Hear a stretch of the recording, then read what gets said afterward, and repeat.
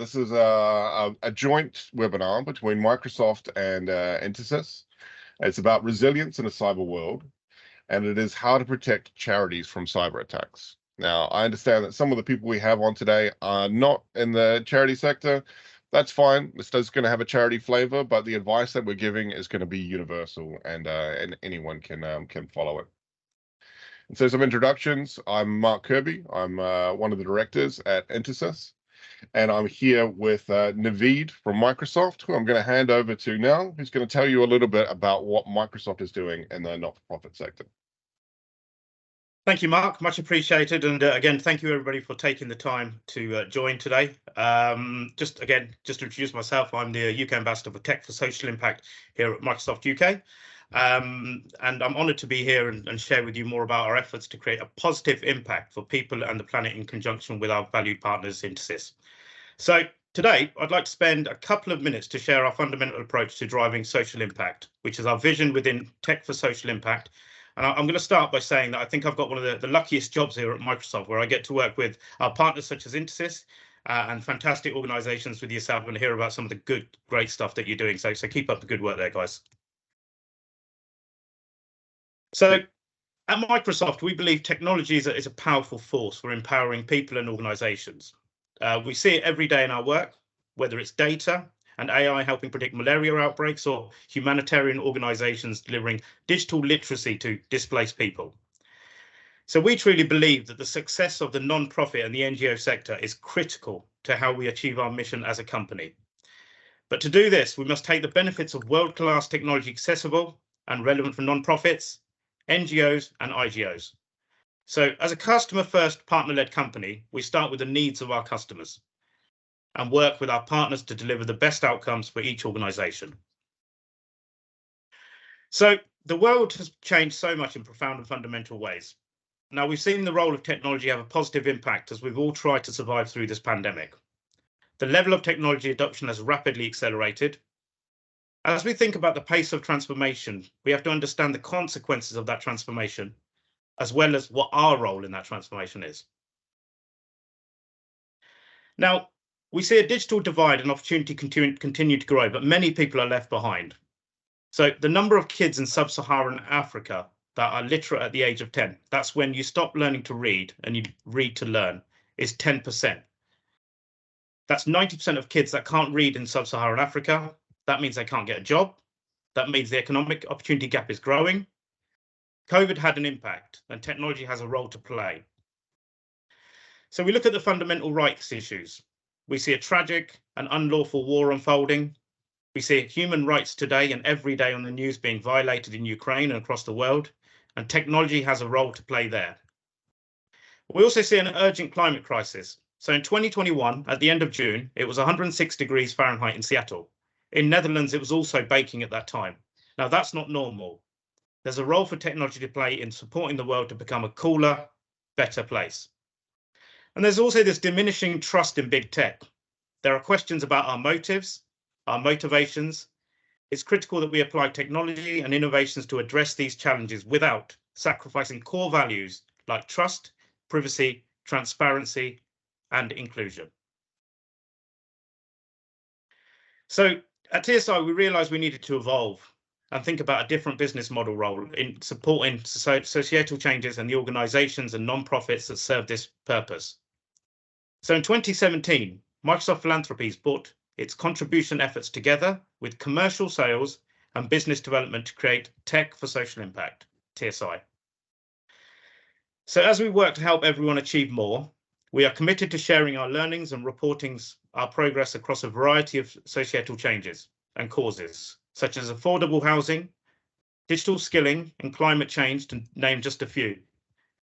So TSI combines our grants with non-profit commercial engagement in a single team to accelerate impact through technology, deliver solutions to empower and social breakthroughs, and help accelerate Microsoft's philanthropic efforts through our partners and our customers, such as Intersys. So the Tech for Social Impact team is truly committed to this sector, and the idea that it's absolutely core to Microsoft's mission to empower non-profit and international development organizations with Microsoft technology to accelerate social impact. But our work's only just begun. So this year marks TSI's 5-year anniversary, but we're more motivated than ever.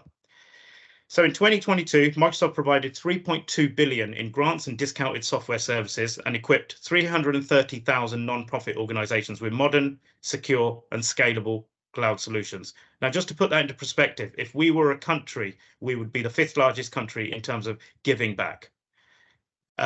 In July 2020, we launched an initiative to help 25 million people worldwide acquire the digital skills needed in a COVID-19 economy. So everything that we do is driven by this deep sense of purpose and the timeless values of trust, privacy, transparency, and inclusion. Values that our customers have come to expect of us and today's fast-changing society requires of us. So Microsoft partners are trusted technical architects, system integrators, advisors, and managed solution providers. They have deep technical expertise and proven track record helping customers develop and execute against their digital strategies. The robust Microsoft partner ecosystem has been with us every step of the way to leverage this foundation to develop even more solutions around the globe. We couldn't do this without our partners such as Intersys. We'll accomplish the most by collaborating together. We deeply value partners aligned to our innovation strategy and partners who can extend, deliver, and support cross-cloud solutions. So here's a quick overview of our headline offers that are available for eligible non-profit organisations. I'll share this deck today after the call, so you can reference to ensure that you are taking advantage of these offers. We'll also have a Q&A session at the end of this webinar. So if you've got any questions, put them in the chat and myself and Mark and the team can address them at the end. There's also some collateral to some websites on fundraising engagement and learning more about the Microsoft Cloud for non-profit. Again, we'll share this after the call as well. So the question really is, what is our role in modern day?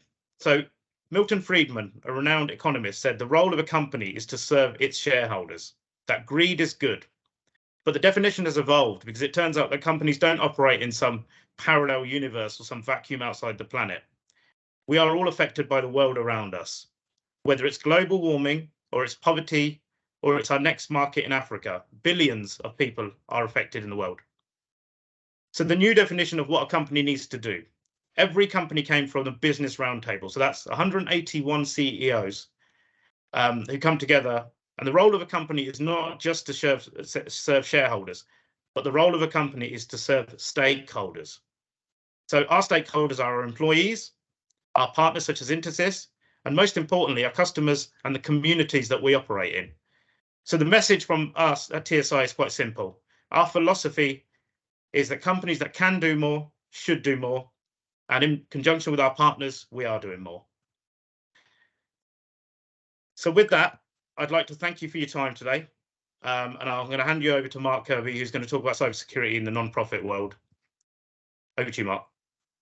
So thank you, Naveed. It is amazing to see what Microsoft is doing for non-profits. You know, we work with a lot of different sectors, including charities. And the discounts that you can get from the Microsoft products is amazing. And I'm going to go into that a little bit more later. But first, I'd like to introduce myself. I'm a director at Intersys, and I specialize in IT strategy. I've been working in the IT industry for almost 2 decades. And charities are very special to me because my first real job in the IT sector was actually as an IT manager for a UK-based charity. We were about 100 users and 4 offices over the UK. And so I understand really what it means to deliver IT with a charity's budget. You know, I was expected to perform loaves and fishes type miracles every day. You have to realize that every pound that you're spending is a donation. So you need to maximize the value that you're getting from all your investments. So as time went on, I moved and eventually found myself at Intersys, who is a security-first MSP. We're supporting over 100 organizations and lots of different verticals. So as I said before, we work with charities, but also education, who are in a similar situation. But then we work with companies on the other end of the scale as well. Companies in highly regulated markets, such as pharmaceuticals, fintechs, wealth management, people that are audited by the FCO. And so we get to see what good looks like. When a company has a lot of money to spend on cybersecurity, the things that they put in place, and we actually test those controls and advise what needs to be done.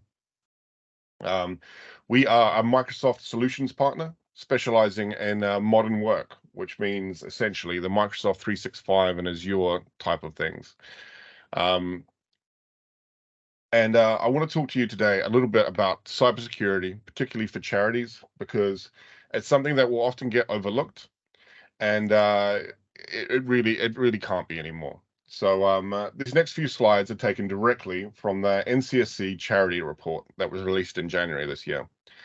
The charity sector faces the same cyber risks as the private sector. In fact, that charities are the third most targeted vertical, right behind governments and financial institutions. And that's primarily because charities are seen as soft targets. A charity will feel quite reluctant because every pound is a donation, to spend resources on cybersecurity because they perceive it as potentially not being good value. Charities also have a high volume of staff who work part-time or volunteers. And those of us that work in the industry and have tried to get volunteers to use even the simplest technology know the challenges there, let alone getting them to absorb the cybersecurity procedures and doing things in a secure way. They're always going to be writing down passwords and whatnot. Charities are also more likely to rely on staff using their own devices. You think that I've got a good laptop at home, I may as well bring it in, save the charity having to buy me one. And that can be a good thing if it's managed properly. However, what you are doing there is you're increasing the attack surface. If that laptop that we bring in has a virus on it, potentially you're exposing the charity systems to that virus. And there's some stats there. You can see that 64% of charities support their staff regularly using their own devices, as opposed to 45% of businesses. And finally, the impact of cybercrime on charities can be huge for their reputational damage. And what is a charity if not for the reputation? People see that if you lose money to cybercrime, that's a wasted donation, and it can be very hard to recover from that. Donors will be less likely to invest again or support again if they think that some of their money is going to criminals. So you don't have to take my word for it. It's just all over the newspapers. Here's something from a couple of months ago. 40 charities had their donor information exposed, including the RSPCA.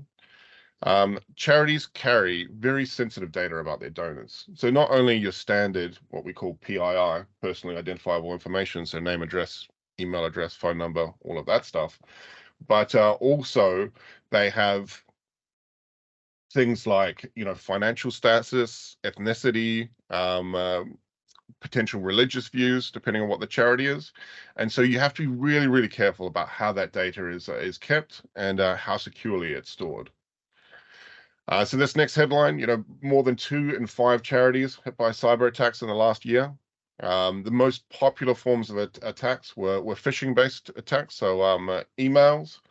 Almost 90% of cyber attacks start through email, but followed by malware and denial of service. So denial of service is an interesting one, and it's often this is when you try to disrupt some function, say the website of a charity, for political gain, essentially. And the people that would do this is what we call hacktivists.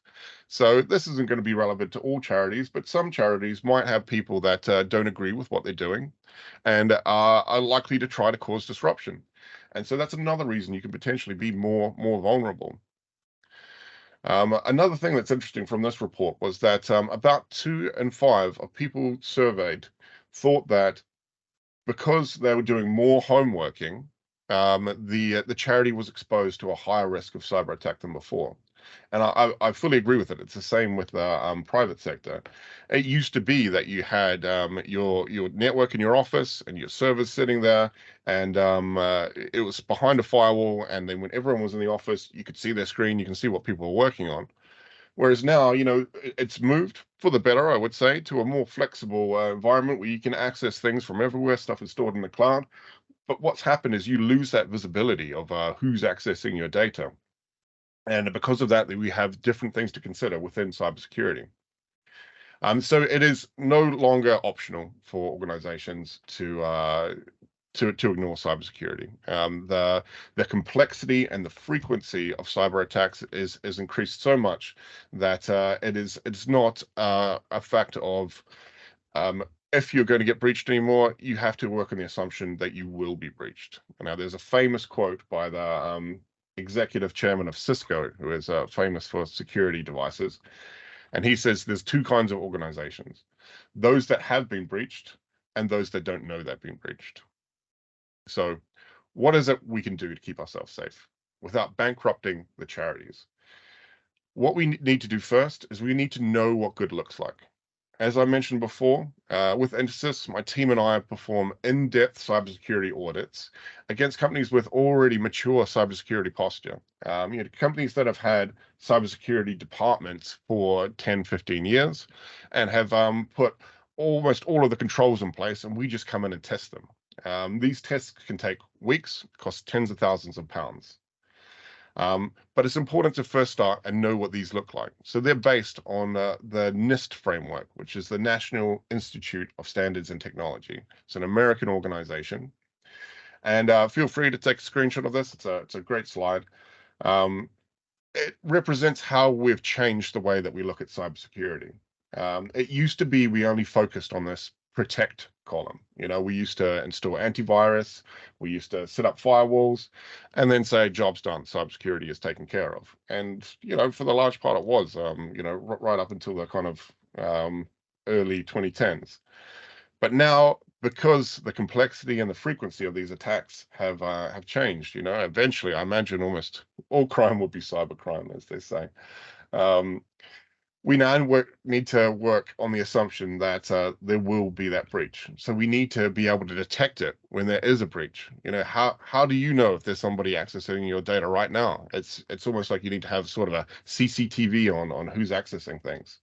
And so you need to be able to detect, and then you need to be able to respond and recover. You need to be able to figure out what was accessed, if something was deleted or encrypted, get it back, communicate to everyone to let know what's happened, and figure out why, close the gaps that allowed that breach to happen. And also looping back around, the identifier is very important. You need to know what your attack surface is. You need to know where your sensitive information is held and how it's held and how people can potentially access it. And then you go back to protect and put those controls in place. So as I said, this is what good looks like, and we can spend a long time going through all of these things, checking policies, checking procedures. But the fact of the matter is, while it will be great to get all organizations that we work with up to the same level, it's really just not feasible. So it's important to simplify and streamline and make this sort of process accessible for organizations on a budget, and at least let them know where to start with their gaps. And so before I was in IT, I actually studied in psychology. And when I was thinking about this, I remembered another symbol for developmental prioritization. And this is something you're probably familiar with. It's Maslow's hierarchy of human needs. Now, this is fantastic, and I loved it when I was introduced to it in school. The concept is you can't move up the pyramid until you've satisfied the levels below. So there is no point in looking to improve your self-esteem when you're drowning. And likewise, not everyone is operating on the top level, at least not all the time. But it is the aim, and you need to know the step that you are to be able to help progress up the levels. And so off the back of that, I've created a cybersecurity hierarchy of needs. And it's based on the same levels. Looking at the bottom here, each technology or each element represents what you should have at every particular level. So if we look at the bottom layer, the foundation, these are the very basic things that you need to have in place. And we're going to go into detail about that bottom level in a minute. But this is what you really want to do before you can move up the pyramid and start looking at more complex things. We're not going to touch on it much, but for those of you that are interested about what's on the top of the pyramid and the zero trust level, the functions there are continuous vulnerability scanning, so the ability to be able to continually monitor your environment for applications or ports that are open or anything that's got new vulnerabilities to it. A security operations center like we run at Intersys, also known as a blue team, which is a group of people who are looking for alerts and monitoring to see whether or not there's suspicious activity happening in your organization. Application whitelisting, so whether or not this is where you take a baseline of all the applications that are allowed to run on a device and block absolutely everything else. And then at the very top is the red team. So that's when you hire a group of people to constantly try to hack into your environment and test your security controls. But like I say, it's absolutely pointless to hire a red team when you've not even switched on multi-factor authentication in your organization. You haven't identified you haven't fulfilled one of the base levels. So the idea of this this hierarchy of needs is we can very quickly have a discussion with an organization and get a baseline as to where they are on that pyramid. And so that looks something like this. This is based off a review that we did somewhere. And this organization, they've got a lot of the key elements in green. You can see they've got set up into a good level. Some of them they're still working on, but you can see that disk encryption is not switched on the foundational level. So that's where they need to hone in, and that's that sets the priority for their next project. So as I said before, not everyone is going to be sitting at the top of the pyramid. So for an organization like a charity, I think to get to the compliance level is a really good aim, and that's very doable. And the fact of the matter is, Microsoft 365 contains a lot of the products that you need to get there.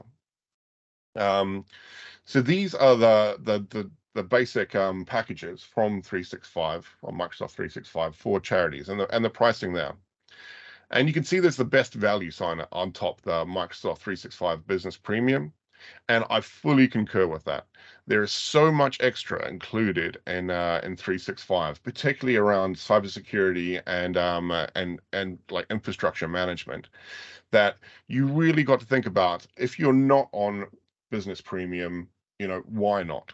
Because chances are you're probably paying for something else that's included in that. Microsoft 365 comes with an antivirus. So if you've got the standard and you're paying an extra £3 to another company for an antivirus, you're much more better off getting the business premium because of all the rest that it comes with as well.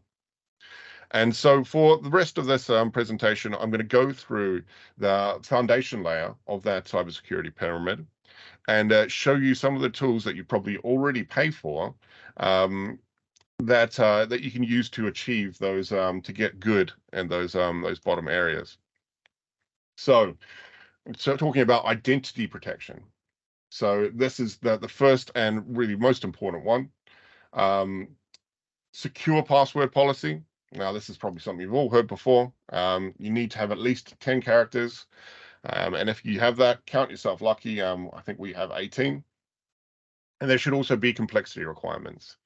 So complexity requirements are not just having a capital letter, a number, and a symbol, but also things like it shouldn't be your name, for example, or it shouldn't be things that you've used before. Multi-factor authentication. Now, implementing multi-factor authentication is the single best thing you can do for securing your organization.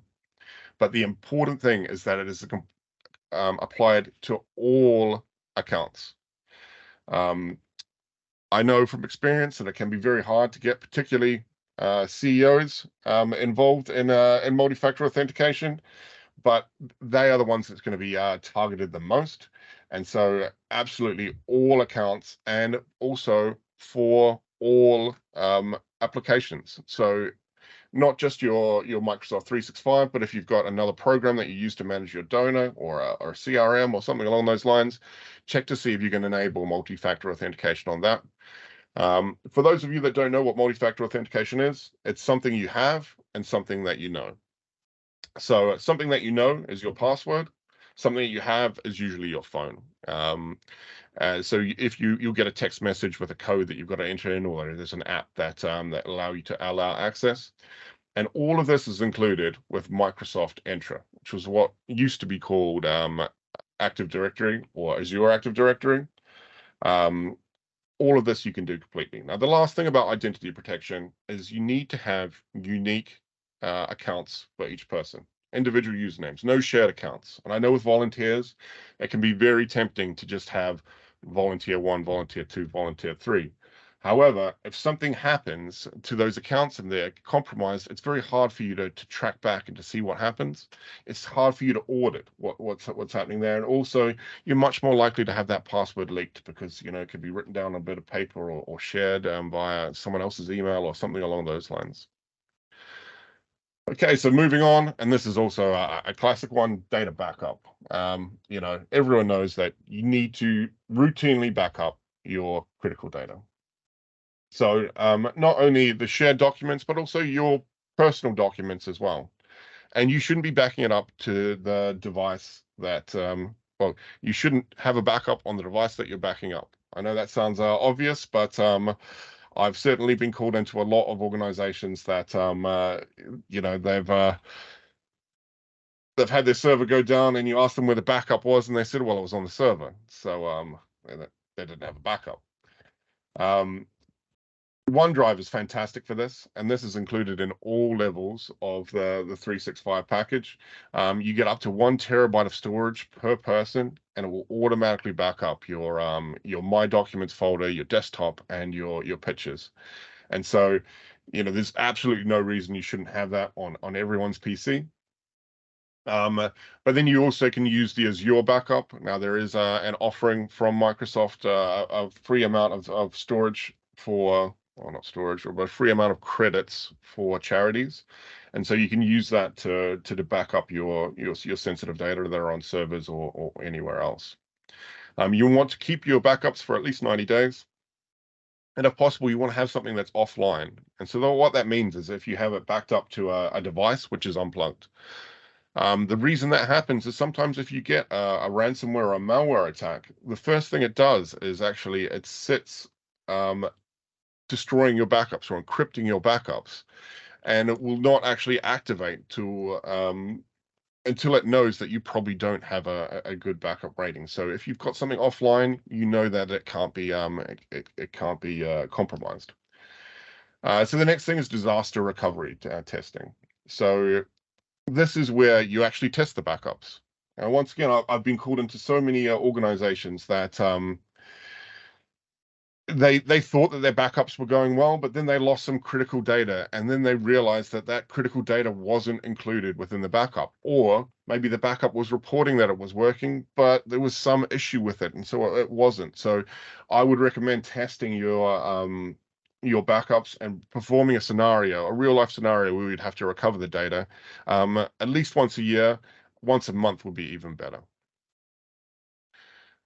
Moving on to the next one, patching and updating, also incredibly important. If you've got your mobile phones, your computers, your network devices, all of these things will be getting security updates all the time. So all of you are probably watching from your computer now, so I would recommend just clicking on Start, typing Windows Update, and just check to make sure that you're up to date. Critical patches need to be installed within 7 days. Non-critical should be installed within 30 days. If you haven't updated in longer than that, you need to have some serious words with your IT department because you are leaving yourself vulnerable to attacks. Likewise, as I mentioned before, network devices. So these often get overlooked, but firewalls, switches, access points, network attached storage, all of these things will have regular firmware releases, and they should be checked at least once a month for these updates. Moving on to endpoint protection. So this is your traditional antivirus, now often called EDR, endpoint detection and response. Now, the majority of antiviruses, they get an update every day because there are new viruses getting released every day. And so they should automatically update when you switch on your computer. It's important that they're centrally managed as well. So if something happens, your IT department is alerted that there's a virus on a computer and can kind of isolate that and make sure it's dealt with before it touches any sensitive data. Now, as I mentioned before, Microsoft Business Premium has Microsoft Defender for Endpoint, which is an incredibly powerful tool. And this is a recent addition. I think it was only yeah.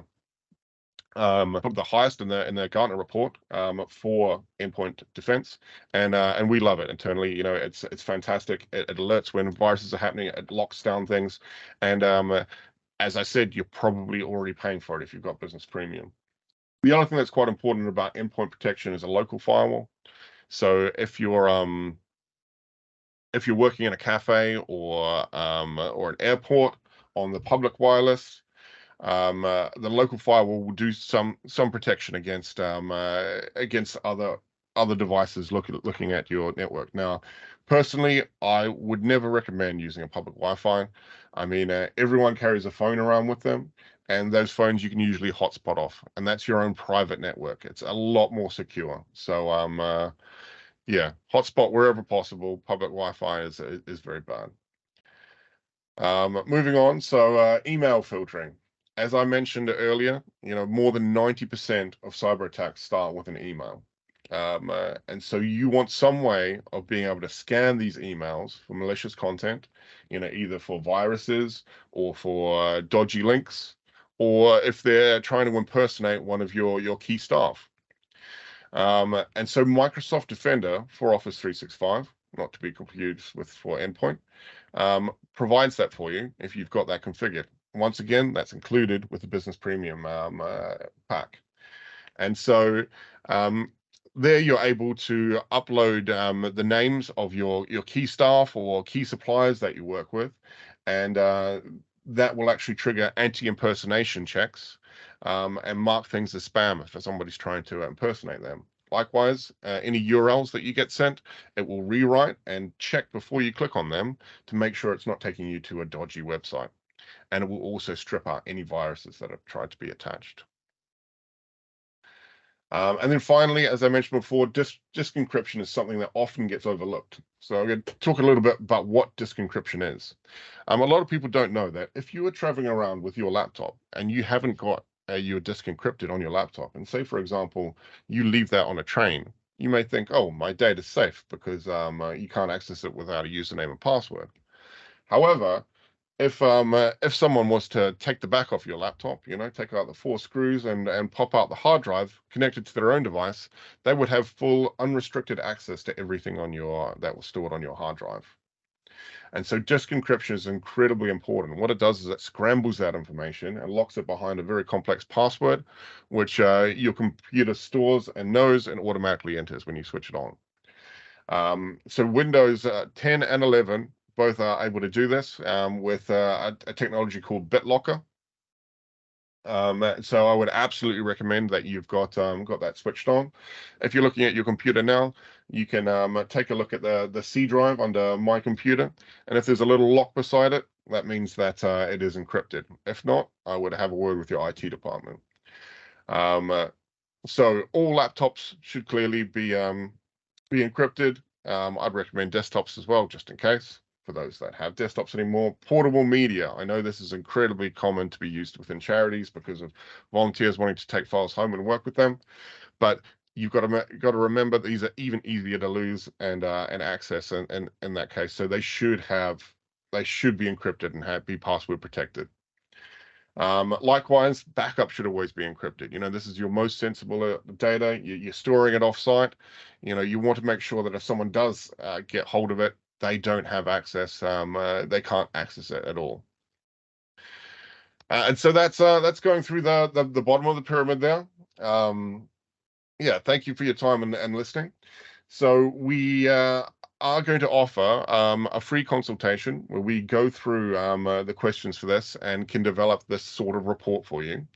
My colleagues are going to be in touch via email, and we can arrange that, as I said, free of charge. So thank you very much for your time. We're now on to question and answer session. So Naveed, you can wake up again, and let's take a look and see if there's any questions. Nothing as yet. No news is good news. I know it wasn't exhaustive, but if someone does have any questions, feel free to put your hand up, and we can unmute you. Otherwise, I will thank you all for your time. I think there's a question from Ronnie. So is BitLocker included within Microsoft 365? Mark? So actually, no, it's included with Windows. So if you have Windows, don't know why I didn't see this question. Sorry. Yeah, if you have Windows 10 or 11, as long as it's not the home editions, as long as the professional editions, BitLocker is included. You can literally right now right-click on your disk and go to BitLocker and encrypt it. I wouldn't recommend you do that without consulting IT, but you can. So from Simon Harfield. Oh, hi, Simon. Do you suggest disabling USB ports? Absolutely, we do. It's not USB next to email. USB is the easiest way to get a virus onto a computer.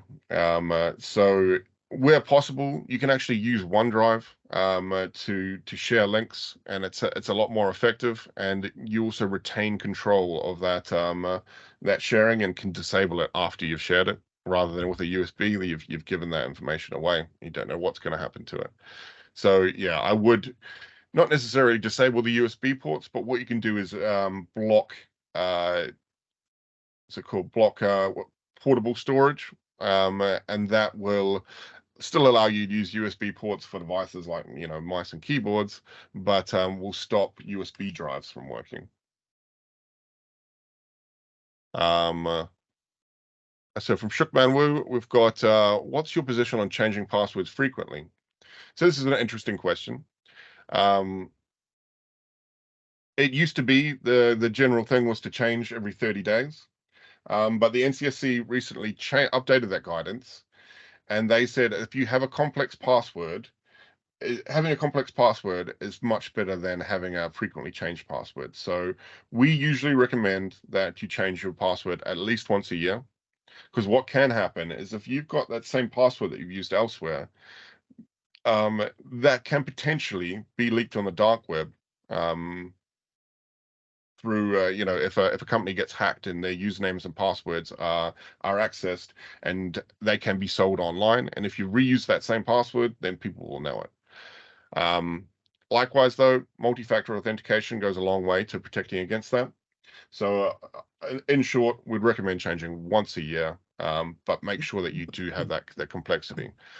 With passwords, we find that the best thing to do is, rather than having a single complex word, you're much better to string together phrases, 3-4 words together, song lyrics, something along those lines. Much easier to remember and much more secure. So this one I think is for you, Naveed. Do the same discounts apply to colleges? No. So education, healthcare is not included in non-profit. So that would there was historically a blurred line between education, healthcare, and non-profit, but it's non-profit only. So registered UK charities. So yeah, that wouldn't be included in that, unfortunately. There is a question in chat as well. A couple of questions there, Mark. You might just want to check that in the chat. Absolutely. And just Naveed, off the back of that, there are special education rates for. There are, absolutely. Yeah. So they are similarly priced. Starting at free, which is good. But yeah, they don't get the same range as charities do. Yeah, there's educational pricing, then there's non-profit pricing. So if you want to learn more about educational pricing, reach out to your partners. Intersys can support you with that. And likewise, if you want to learn about non-profit pricing and all the up-to-date offers, speak to your partners. Alternatively, Microsoft.com/non-profits. You can see all the updated offers there as well. The eligibility process is very simple. There's an eligibility checker which you can apply on. 2-3 days, you normally get an approval on that, and I would suggest going ahead and taking advantage of those offers that are available to you guys in the non-profit sector. Fantastic. Right, Adam's asking, we have E3 licenses, which I believe comes with Defender for Endpoint. That is correct. But where is the central control to manage it? So it is under, if you go onto your admin console, your Microsoft admin console, there is a security console, and if you're using Intune, there is the endpoint manager. Feel free to reach out after, and we can potentially do a quick session to help you with that. Jimmy asks, do you provide a service to assess charity IT security and create a plan to address vulnerabilities? And yes, absolutely. As I suggested, one of the things off the back of this, we are offering a free consultation to go through that cybersecurity hierarchy and create a report for you. Now, clearly, it's only going to be a verbal exercise, so we're trusting you to be honest, but it will take about an hour and give you a really good idea of where you want to start.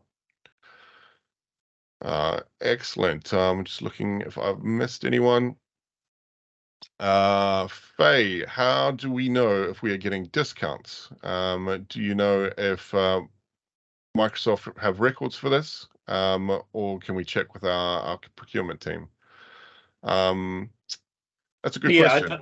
Yeah. So I think once you've applied and you've been approved, and you're working with a partner, that they should be giving you the discounted rates on the licenses and the grants that are available. We obviously do have the ability to check if you guys are getting those discounts as well. But in the first instance, as I said, I would reach out to your partner that you're working with. And if you're not working with a partner at the moment, I would urge you speaking to Intersys and working with these guys. Thanks, Naveed. Just looking at the chat as well, a couple of things in there. So is BitLocker included? So as I said before, so it's included with Windows 10 and 11 professional editions. It's not part of 365, but there is no additional cost if you've got the Pro license. So from Matthew says, did you say EDR was included with business premium licenses? We've got license been quoted a few thousand for it. So it is included. There are two phases of it. There is Defender for Endpoint Plan 1 and Defender for Endpoint Plan 2. Defender for Endpoint Plan 2 is not included in business premium, but it has some additional functionality that you may not necessarily need. Defender for Endpoint is enough for a basic EDR solution for your device. But yeah, there is some benefits. So I imagine that if you're getting quoted for something, it is Plan 2. Great. And Robert says, I have a desktop computer that was encrypted with BitLocker by a previous employee. He left and the password was lost. How can I restore access to it? Okay, so that is a tricky one. If you don't have the password, it's impossible to get access to that without, you can wipe the disk, but you can't get access to any of the data. I mean, that's kind of the point. Now, what you may be able to do is if your network was set up correctly and you've got a local Active Directory server, it may have saved the data there. Now that's a slightly more complex one. Maybe reach out afterwards and we can talk a little bit about that. Excellent. Okay. Any last questions before we wrap up? I think we've done pretty well. We're only 1 minute over. Fantastic. So as I said before, my team is going to be reaching out afterwards. We'd like to offer you, a free consultation to go through that hierarchy and see where you sit on it. and be able to give you some advice for your next steps. We'll be booking them in the next couple of weeks. So thank you all for your time. Really, really pleasure speaking to you. Thank you, everyone. Really appreciate it. Thanks. Bye. Cheers. Bye-bye.